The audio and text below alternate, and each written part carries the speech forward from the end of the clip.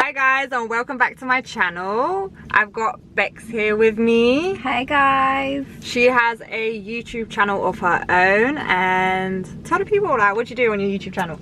My YouTube channel is based on manifestation, self-love, you know, just how to change your life and how to feel good about yourself. We're also filming another video for her channel, so make sure you check that out and make sure you subscribe to her. Me and Bex actually went to college together, and that's how we know each other. And we haven't seen each other in 6 years, but I saw her popping up on my Snapchat with like these spiritual motivational quotes and advice, and then she posted her first YouTube video and I watched it. I was like, what? Like, this girl has the same views as me. So we decided to come together and do this video for you, and I'm gonna ask her some questions to get to know her. And the first question is, somebody who's watching and who wants to come onto the spiritual path or even let go of bad habits, bad friends, like, how do you do it? Like, where do you find the strength to set those boundaries and let go of things that are no longer serving you? You have to want it yourself. Like, no one can make you do it, do you know what I mean? So you just have to think, like, what I'm doing now, is it going to benefit me by the time I'm 30? And so like, thinking more long term. Yeah, like when you're doing something, you need to think, like, is this benefiting my future self? If it's not, you have to get rid of it. Even if it's gonna upset you or make you feel bad short term, it has to really benefit you long term. So what about if you've got a friend that you've been friends for the longest time and you've got so much love for them, but you see that they're kind of toxic in your life and they're influencing you in a bad way, but you've got so much love for them? Would you cut them off completely, or like, how would you go about that? Yeah, the answer is yeah, definitely. Because like, I had a friend basically from birth and I had to get rid of her because she was just so negative, always put me down, didn't believe in me and didn't like the things that I was posting. And now I feel good. Like, I feel even better now that I've cut her off. And it keeps happening to me, like with friends that I've known for a long period of time, and I just feel like time doesn't mean anything. You can meet someone like last week and they can be so much more benefit to you than someone that you've just met. So yeah, if someone's not helping you become your better self and they're always putting you down, 100% get rid of them. I feel like that's something I struggle with, because really, I've got a lot of love to give, and I don't know, like, I don't think I've ever fully cut off a friend. Really? Yeah. No way. That I've been really, really close with. Like, I think all of my friends now I've had for a long time. Not that I want to cut off anyone right now, but like, I don't know. Really? I find it hard to cut off people. See, I find it easy. Sometimes it's a bad thing, but yeah, I'm just too quick to cut people off. So Bex is vegan. I'm trying to be vegan. It's a journey, let me not lie. What advice would you give to anyone that's trying to be vegan? Like, give me some advice. All right, cool. I would say next time you go shopping, don't go down the meat aisle. That's the first thing, because temptation. Don't worry about what people say, like family and friends, because it's not a common thing to be vegan or vegetarian, so they probably will tell you you're weird or try to put you down. But you know the health benefits of being vegan over being a meat eater. Do your research on recipes, food and stuff like that, because you'll be starving if you don't need to find a substitute. Yeah, you'll be so hungry. And connect with vegans. Okay, like-minded people. What is your favorite vegan meal? I'm just happy with like pasta and vegetables. Soup. Like, I'm very basic, like, yeah. Is there a place that people can find good vegan recipes that you'd recommend? Vegansociety.com is really good, and Veganuary, so it's not just for January, but that's what it's called. Really good resources on there, alternatives, recipes, restaurants. You're a mentor, you help people have a positive mindset and attitude. Do you ever feel down? I mean, everybody feels down, but when you do feel down, how do you lift your spirits up? Like, what is your favorite thing to do when you've just had enough of life, basically? Yeah, I mean, you do get like that. Like for me, it's like certain periods of times. It's not like I could go like 3 months and feel fine, and then there might be a week where I feel awful. So it's random. But when I do feel like this, I put on my favorite audio on YouTube, like a self-development one. Makes me feel good. Who do you listen to on YouTube? Who's your favorite self-development? My favorite YouTube is Kevin Trudeau. It's called Your Wish is Your Command, and there's loads of parts in there, but it just makes you feel good and it makes you feel better. Maybe because like I found that at a hard period of time, it just relates really good to me. Coming off your phone, like completely, like putting it in another room is good because of the distractions and the temptations, like looking at other girls on Instagram, comparing yourself, the lifestyles, because most of it's fake anyway. People only put the good things on there, so it can really bring you down. So like that's what I do, self-development, no phone. For me, I like to put on music and dance. Like I think that's the quickest way to like lift my vibrations. Might try that. Also, you know what my problem is, I really hold my emotions in. So I've been learning to actually cry. To actually cry and let it out. What my bad habit is like I hold in my emotions. Like I try to be like strong, but there's strength in crying and letting your emotions out. So if I really feel shit and I want to cry, I let it out now. Or I journal. Journaling. Yeah. Oh, journaling. That's something that I've been consistent with for like over a year, and I can definitely say it's really helped me just to get your thoughts down, feelings, just like a release. And yeah, that's something that helps. Meditating as well. Meditating a lot. Okay, what's your favorite meditating technique, or do you have like a guided meditation that you put on? My favorite is goal visualization, because obviously it helps me focus on my goal, and it also calms me down and makes me just get rid of the thoughts and feelings if I have any bad ones or any like work related ones, and it just makes me think of my future, and I feel like I'm living in that moment, so that makes me feel good. So is that like a guided one that you put on? Is that on YouTube? Yeah. Okay. Yeah, I'm gonna try that because I haven't done that. My favorite meditation, I do Wim Hof breathing. Have you heard of Wim Hof? Oh my god, Wim Hof, the Iceman. He's a guy who's basically broken so many world records on withstanding cold temperatures and swimming in ice cold water and being in ice cold water. And how he's managed to do that is through his breathing technique. He's actually been studied by scientists, so they've injected him with like a live virus, and through his breathing technique he fought off the virus basically. Really? So like his breathing technique has helped people with anxiety. It's helped me with anxiety. I do it if I feel ill, so if I've got like a sore throat, I'll do the breathing exercise and it makes me feel better. Breath work is so important because we come into this earth and we take a breath, and right before we pass away we exhale our last breath. Our breath is what connects us to source, and it's what gives us life basically, and we as humans, we don't actually breathe properly.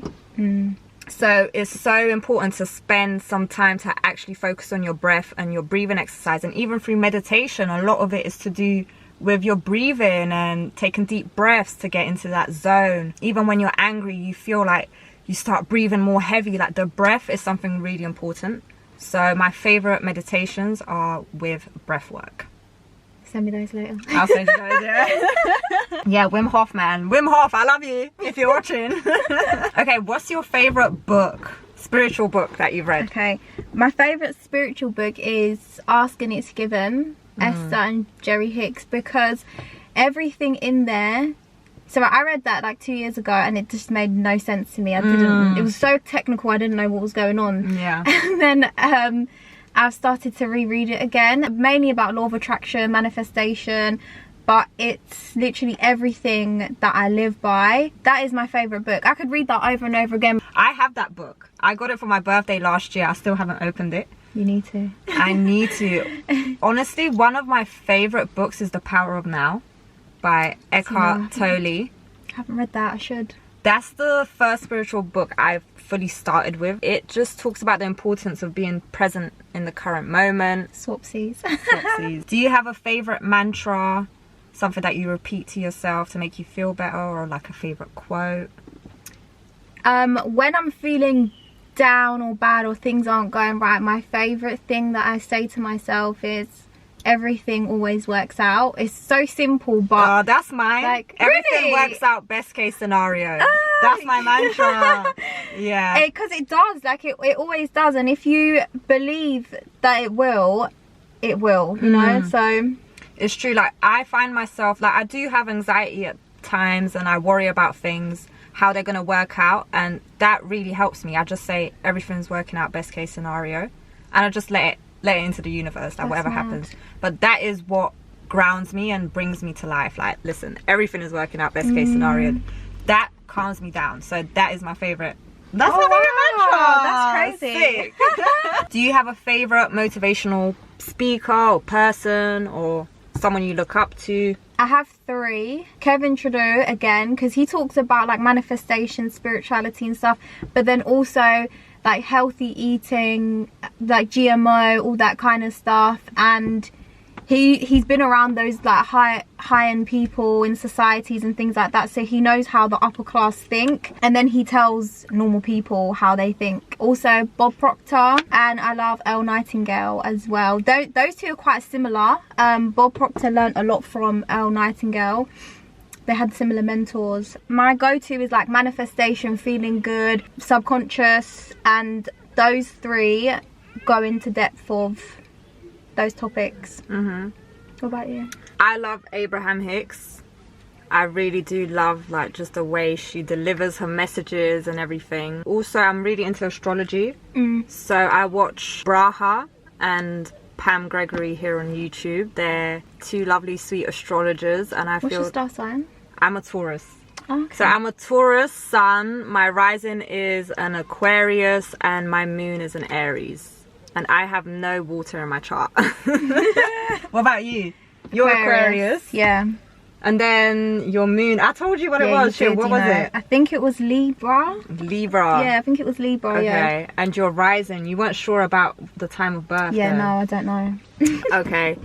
But yeah, so Pam Gregory and Braha, I just love their messages. Like, they're astrologers, but they bring you messages of like peace and clarity, and they kind of give you guidance on like what's coming up and the energies and how to deal with it. And there's also a Bulgarian channel that I really like. It's Portal 12. So for any Bulgarians watching, I recommend you watch that. I want to dive deep into astrology and stuff, you know. That's what I've been trying to get into. You should. I feel like there's so much information to consume and to learn about, like planets, houses, positions, but just do it day by day. Yeah. And because you're already interested in it, I feel like it's so easy to learn things when you're interested on the topic. Like, defo.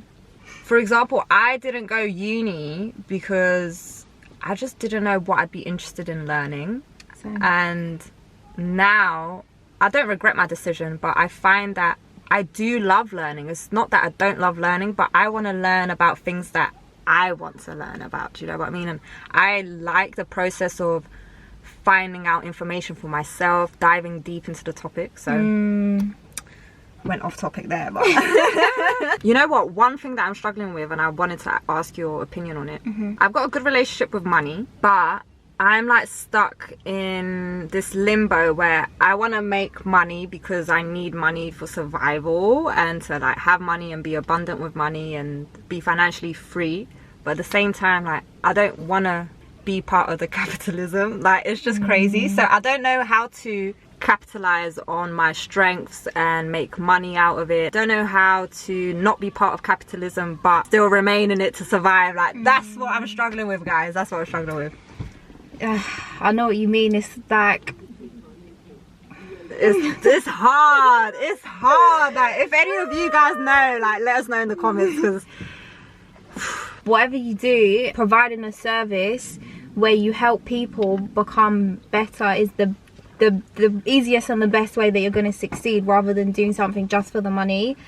So whether that's helping people or, you know, any sort of service or brand that gives to the people, but you're doing it for that reason, then the money comes. I feel like that's good. Is there anything you want to ask me? The one thing that you're grateful for this year, like something that bad that happened, but it turned out good and that you're grateful for? So this year it's been difficult emotionally, I'm not gonna lie. Like, I had to experience some grief at the beginning of the year because my granddad passed away, and then I feel like I went on this negative spiral and I was being a bit reckless, and I kind of abandoned my life in London and I went to Bulgaria. I'm grateful for everything that happened because I learned a lot of lessons along the way. I was like a little caterpillar in a cocoon, and now I've like spread my wings and I'm a butterfly. Like, I've evolved and I've come out of the situation. What about you? Lovely.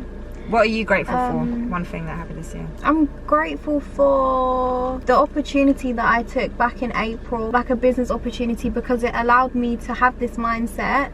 It also allowed me to get connected with people all across the world that I definitely wouldn't have met if I didn't take that opportunity.